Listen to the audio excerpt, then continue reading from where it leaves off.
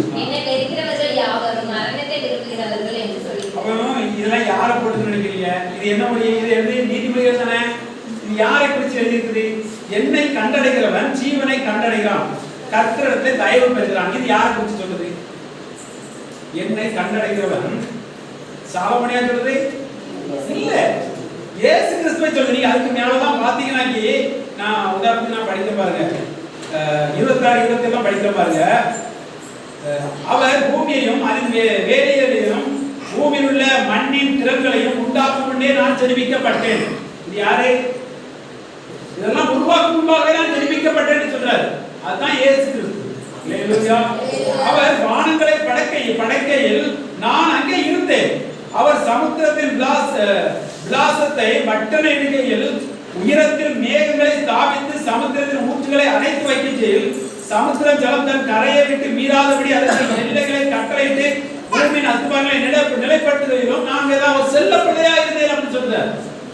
அவர் தான் இங்க 35 சொல்றார், என்னை கண்டடைகிறவன் ஜீவனை கண்டடைகிறான், கர்த்தரிடத்திலே தயவு பெறுகிறான். அப்ப பிதாவிடத்துல தயவு பெறணும்னா யார்கிட்ட இருக்கணும்? யாரை கண்டடையணும்? இயேசு கிறிஸ்துவை கண்டடையணும். அல்லேலூயா. இயேசு கிறிஸ்துவை அறிந்து கொள்ள வேண்டும், இயேசு கிறிஸ்துவை விசுவாசிக்க வேண்டும். இயேசு கிறிஸ்து என்ன செய்தார் என்பதை நாம் அறிந்து கொள்ளணும். அப்படி அறிந்து கொள்ளுகிறவன் ஜீவனை கண்டடைகிறான். அல்லேலூயா.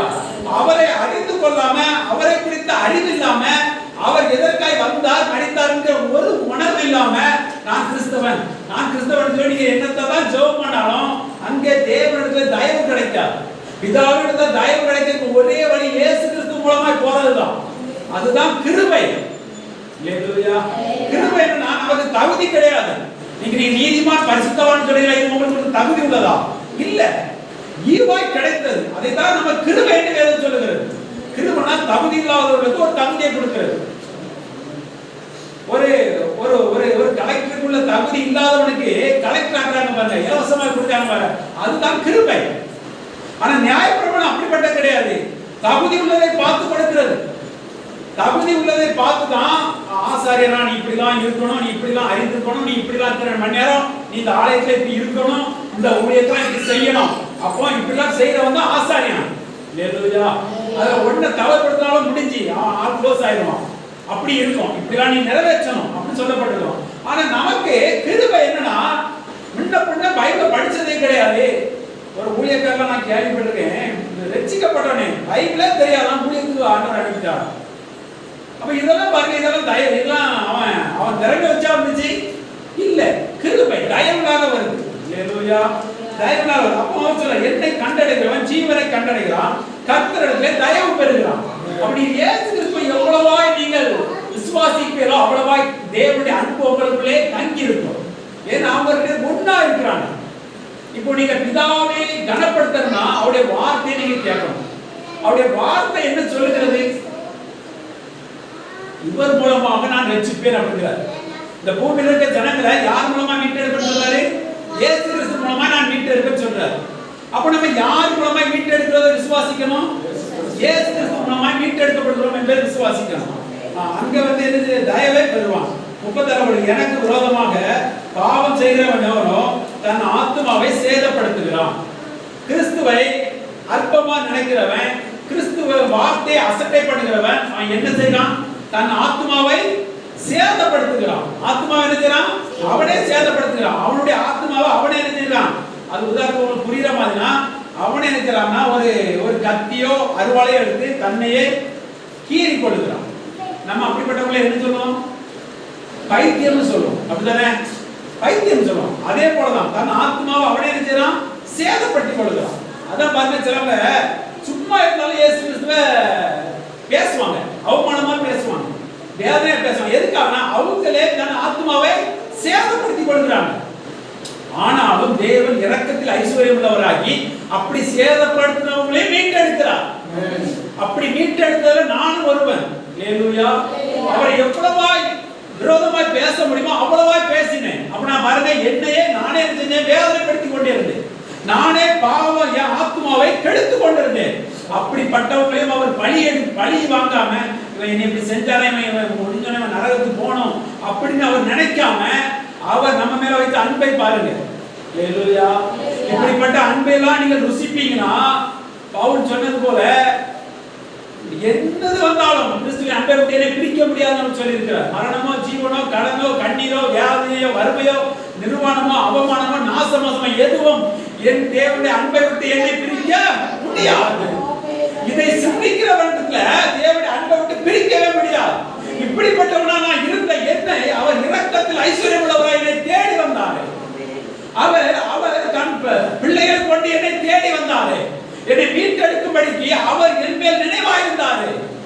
ஹalleluya. அந்த அன்பு என்னிடத்துல ஏதாவது விளக்கரை கொடுத்துவாங்க. ஏதாவது அவர் எதிர்பார்த்தாரா? அவன் இத்தனை கோடி தருவான், இவன் பணக்காரனா இருக்கான், இவ்வளவு தருவான் அப்படி எதிர்பார்த்தாரா? நம்மளே ஒன்றுக்கு உதவாதவங்க அப்படிப்பட்டவங்க அவர் தேடி வாரார். அதுதான் மனிதருக்கும் தேவனுக்குள்ள வித்தியாசம். ஹalleluya. தேவ நீதியுடையவர்களும் அப்படிப்பட்டவர்களாகவே இருப்பார். அவ்வாறு சேதப்படுத்துகிறான். என்னை வெறுக்கிற யாவரும் மரணத்தை விரும்புகிறார்கள். இயேசு கிறிஸ்துவை வெறுக்கிற யாவரும் எதை விரும்பிக் கொண்டிருக்கிறாங்க? மரணம். அப்ப அவரை நேசிக்கிறவங்க எதை விரும்பிக் கொண்டிருக்கிறாங்க? ஏன் அப்போ நம்ம சிலப்ப நம்ப மாட்டோம்? சந்தேகமா இருக்கா அவரை நேசிக்கிறதுல? உண்மையிலே நேசிக்கலாம் அப்படி சந்தேகமா இருக்கா? ஹalleluya. அந்த திருச்சபை நான் விசுவாசிக்கிறேன். ஒருத்தர் கூட மரணத்தை ருசி பார்ப்பது இல்ல, மரணம் அவங்களுக்குள்ள செயல்படுவது இல்ல. அவர்கள் நித்திய ஜீவனுக்குரியவர்களாக இருப்பார்கள். ஏனென்றால் நாம் தேவனுடைய நீதியை விதைத்துக் கொண்டே இருக்கிறோம். நாம் அதை தான் அறுப்போம் என்பதை நான் தெளிவா இருக்கிறேன். நீதியை தான் விதைத்துக் கொண்டே இருப்போம். எப்படிப்பட்டவர்கள் யார் எதை சொன்னால் இயேசு கிறிஸ்துவின் நீதி, அந்த நீதி நித்திய ஜீவனை கொண்டு வரும். ஒரு பாவம் மரணத்தை பிறப்பிக்குமானால் இயேசு கிறிஸ்து விரோதமாக ஒருவன் செயல்படும் பொழுது அது மரணத்தை அவன் விரும்பிக் கொண்டிருக்கிறான் என்றால் இயேசு கிறிஸ்துவை நேசிக்கும் பொழுது அவன் ஜீவன் அவனுக்கு உண்டாயிருக்கு. இந்த ஒரே ஒரு வசனத்தை மட்டும் படிச்சு முடிச்சிடலாம். 21 பாருங்க. நீதிமொழிகள் 21 12 வசனம். நியாய தீர்ப்பதில் நீதிமானுக்கு சந்தோஷமும் அக்கிரமக்காரருக்கு அழிவுமா. நியாய தீர்க்கும் பொழுது யார் சந்தோஷமா இருப்பா? நீதிமான் சந்தோஷமா இருப்பான். நியாய தீர்ப்புல யார் சந்தோஷமா இருப்பா? நீதிமான். நியாய தீர்ப்பு தீர்ப்பது நீதிமானுக்கு சந்தோஷமும் அக்கிரமக்காரனுக்கு அழிவுமா. அக்கிரமக்காரனா யாரு? இயேசு சொன்னார், அக்கிரமக்காரர்களை என்னை விட்டு அகன்று போங்கள். தேவனுடைய பிதாவின் சித்தத்தின்படி நடக்காதவர்கள் அக்கிரமக்காரர்கள். அவர்கள் கிறிஸ்தவனாக கூட இருக்கலாம். ஏன்னா அவங்க சொல்லுவாங்க, உன் நாமத்தினால் நான் பிசாசை துரத்தினோமே, உன் நாமத்தினால் நாங்கள் தீர்க்கதரிசனம் உரைத்தோமே, உன் நாமத்தினால் நாங்கள் பிசாசை துரத்தினோம் அப்படிலாம் சொல்றாங்க. ஆனா இயேசு அக்கிரமக்காரரை என்னை விட்டு அகன்று போங்கள்.